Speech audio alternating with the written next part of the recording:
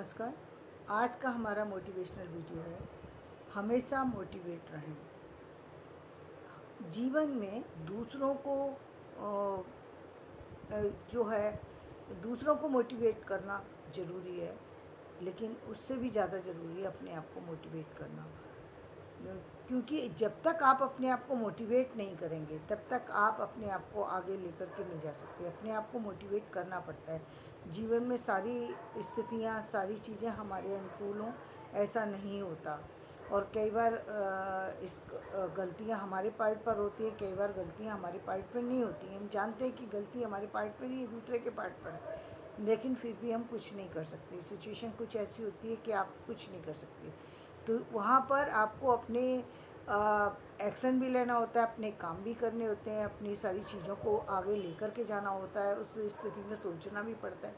उसके लिए ज़रूरी क्या है? ज़रूरी है कि आप अपने आप को मोटिवेट रखें। मोटिवेट रखने के लिए क्या करें? मान लीजिए कभी कभी निराशा इतनी ज़्यादा हो कि जिसके कारण से आपको ये ऐसा लगे कि दुनिया में कुछ भी नहीं है।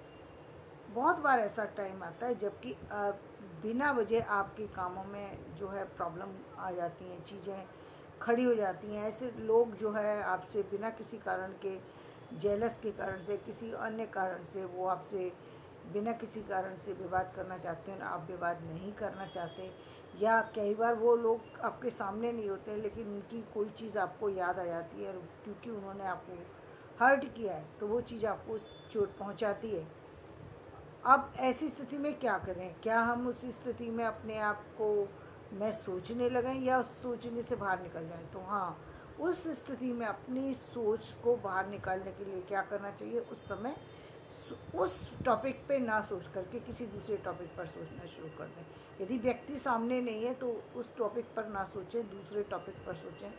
यदि यदि व्यक्ति सामने है तो वहाँ से हट जाए, क्योंकि कई बार जब व्यक्ति सामने है और आप सामने बोल रहे हैं तो विवाद बढ़ जाता है। कई बार ऐसा होता है कि वहाँ से हटने की भी स्थिति नहीं होती है। तो मैंने आपको शायद एक बार बताया था कि मेरी लाइफ में एक बार ऐसा टाइम रहा है, करीब बहुत लंबा टाइम रहा है, करीब करीब 20 साल का समय मेरा ऐसा रहा जहाँ कि मुझे मालूम था कि मैं एक शब्द भी बोलूँगी और विवाद होगा, और बिना किसी बात के विवाद होगा, जहाँ मेरी कोई गलती तो मतलब है ही नहीं, लेकिन बिना गलती के भी सामने वाले मुझे दुखी पहुँचाना चाहते हैं, और दुख पहुँचाया भी उन्होंने। लेकिन फ़िलहाल बात मैं आपको जो बता रही हूँ ये बता रही हूँ कि उससे निकले कैसे। निकलने के लिए मैंने उस समय ये किया था कि मैंने रात को, जिस समय से मुझे पता था कि ये इस समय कुछ बोलना स्टार्ट करेंगे, उस समय से, यानी मैंने तो अपने रात को 12 बजे से लेकर सुबह 9 बजे तक मौन रहती थी, क्योंकि वो कंडीशन ऐसी है कि उसमें आप बोलिए और तो एक तो लोगों को सुनाई देता है, दूसरे बच्चे डिस्टर्ब होते हैं, आपकी फैमिली आपके घर में है, आपकी फैमिली डिस्टर्ब होगी, और वो भी बिना किसी बात के लोग समझेंगे पागल है कि रात में उठ कर के झगड़ा कर रहे हैं। तो अब क्या ऐसी सिचुएशन में आप सामने वाले को नहीं समझा सकते कि आपकी परेशानी क्या है, और सामने वाले से बचा भी नहीं जा सकता। तो उस समय मैंने मौन व्रत कह दिया कि मैंने मौन व्रत रखा है।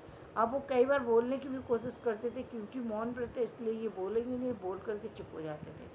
हालांकि उसमें बहुत तकलीफ़ होती थी, बहुत मुझे इस तरीके से वो पिन किया जाता था कि मैं एग्रेसिव हो जाऊं और कुछ ना कुछ बोलूं, लेकिन मैंने भी ये व्रत ले लिया था कि नहीं।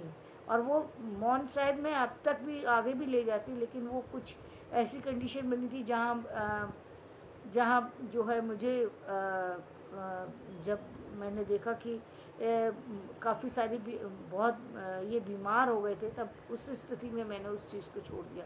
फिर डॉक्टर को बताने के लिए तो ज़रूरी है ना, आप डॉक्टर को जब तक पेशेंट की स्थिति को नहीं बताएंगे तब तक काम नहीं हो सकता। तो उस स्थिति में मैंने वो मौन छोड़ा। तो लेकिन मैंने उससे अपने आप को बचाने की कोशिश कैसे की ये बताया। दूसरा, फिर जब मुझे उसमें उससे तो हट गया, मौन छूट गया, अब आप लोगों को मौका मिल गया कि आप करो परेशान, लेकिन अब क्या करना है। तो मैं काफ़ी लंबे समय तक अपना समय जो है पूजा में बैठ जाती थी, और और मतलब मुझे पूजा चाहे मुझे 2 घंटे की हो, लेकिन मैं 2 घंटे से बढ़ा करके उसे 5-5 घंटे तक मैंने पूजा में लगा दिए। जबकि मुझे वहाँ से उठना होता था, मुझे मालूम था कि मैं स्टडी टेबल पे जाऊँगी तो वहाँ झगड़ा हो जाएगा। कि भाई आप अब जब आप कॉलेज जा रहे हैं तब तो कोई दिक्कत नहीं है, लेकिन जब आप कॉलेज नहीं जा रहे, छुट्टी का दिन है, आप कहाँ जाएंगे? ज़बरदस्ती तो आप कहीं किसी जगह जाके बैठ नहीं सकते। और फिर जिस जिस हर व्यक्ति का अपना एक माइंड सेट होता है, तो हम लोगों की हैबिट ऐसी है कि ज़्यादा इधर उधर जाने की आदत नहीं, तो अब क्या करें। तो ऐसा अपने आप को दूसरी तरफ ले जाने के लिए वो काम किया। तो आप भी यदि ऐसी कोई सिचुएशन में, देखिए आप यदि उस सिचुएशन से बाहर निकलना चाहते हैं और आपके पास रास्ता है और निकल सकते हैं तो निकल जाइए। तो फिर उसमें पड़े रहने की कोई ज़रूरत नहीं है। इतना जो है क्या बोलते हैं, मौन व्रत रखने की या इतना सारे जो कि पूजा में लगने की ये कोई ज़रूरत नहीं है। तब फिर आप कोई दूसरा रास्ता निकाल सकते हैं तो निकाल लीजिए, वो बहुत बेस्ट होता है। यदि नहीं निकाल सकते तब के ये उपाय है, तब के लिए ये उपाय है। यदि थोड़ी देर के लिए 10-20 मिनट के लिए, तो आप उसको चुप रह कर के भी निकाल सकते हैं। यदि आप अकेले हैं और फिर कोई चीज़ आपके माइंड में चल रही है तो आप दूसरी चीज़ को पढ़ कर के अपनी चीज़ को निकाल सकते हैं। कुल में मिलाकर के बात यह है कि आपको अपने आप को मोटिवेट रखना है उस सिचुएशन में। आपके ऑफिस में सिचुएशन ऐसी है, आप क्या करेंगे? आप मतलब आप चलिए, आप आप कुछ लोग ऐसे होते हैं जहाँ पर आप रिश्तों को मैं भी इसी बात पर अंत में पहुँची थी कि कुछ रिश्ते ऐसे हैं कि चलिए हम छोड़ देंगे, लेकिन जब आपके साथ कोई प्रॉब्लम आती है, इसका मतलब वो प्रॉब्लम आपके लक में भी हो सकती है ना, आपके भाग्य में भी हो सकती है। तो वो आपका पीछा तो छोड़ेगी नहीं, आप बाहर भी चले जाएंगे, वहाँ भी आपको टेंशन दे सकती है। और कई बार ऐसा होता है वो आपके भाग्य में नहीं है लेकिन परिस्थिति बस आ रही है, तो आपको लग रहा है कि ये परिस्थिति बस है, तो फिर आप उससे निकल सकते हैं तो निकल जाइए। नहीं निकल सकते हैं तो फिर उस सिचुएशन में अपने आप को किस तरीके से हैंडल करना है, उसमें अपने आप को कैसे मोटिवेट रखना है, कैसे अपना ध्यान दूसरी तरफ ले जाना है, ये मैं बताना चाहती हूँ आपको। तो अपने आप को मोटिवेट रखें, किसी भी सिचुएशन में अपने आप को डाउन ना होने दें, क्योंकि डिप्रेशन में जाना, तरह तरह की दवाइयाँ लेना, उससे कोई फ़ायदा नहीं होता। केवल मेंटली स्ट्रेस होने से सर दर्द होता है, चक्कर आता है, और तरह की प्रॉब्लम होती हैं, उससे कोई फ़ायदा नहीं है। क्योंकि अल्टीमेटली लोग आपको बीमार कहने लगेंगे और आप भी अपने आप को बीमार कहने लगेंगे, कोई फ़ायदा नहीं होगा उससे, अंत में नुकसान आपका ही होना है। तो अपने नुकसान को ना होने दें, अपने चाहे वो करियर का नुकसान हो, चाहे वो आपका आर्थिक नुकसान हो, या आपका फिर वो मेंटली नुकसान हो। सबसे बड़ा मेंटली नुकसान है, मेंटली नुकसान को बिल्कुल ना होने दें। क्योंकि यदि आपके पास मेंटली ग्रोथ है तो आप बाकी और दो चीज़ जो है, वैसे तो किसी भी चीज़ की का नुकसान नहीं होने देना चाहिए, लेकिन इन केस यदि दूसरी चीज़ें आपकी इधर उधर होती हैं तो आप उस पर काम कर सकते हैं। लेकिन जब आपकी हेल्थ ही नहीं है, जब आपका माइंड ही जो है वो डिस्टर्ब है, तब आप किसी भी चीज़ को नहीं संभाल सकते।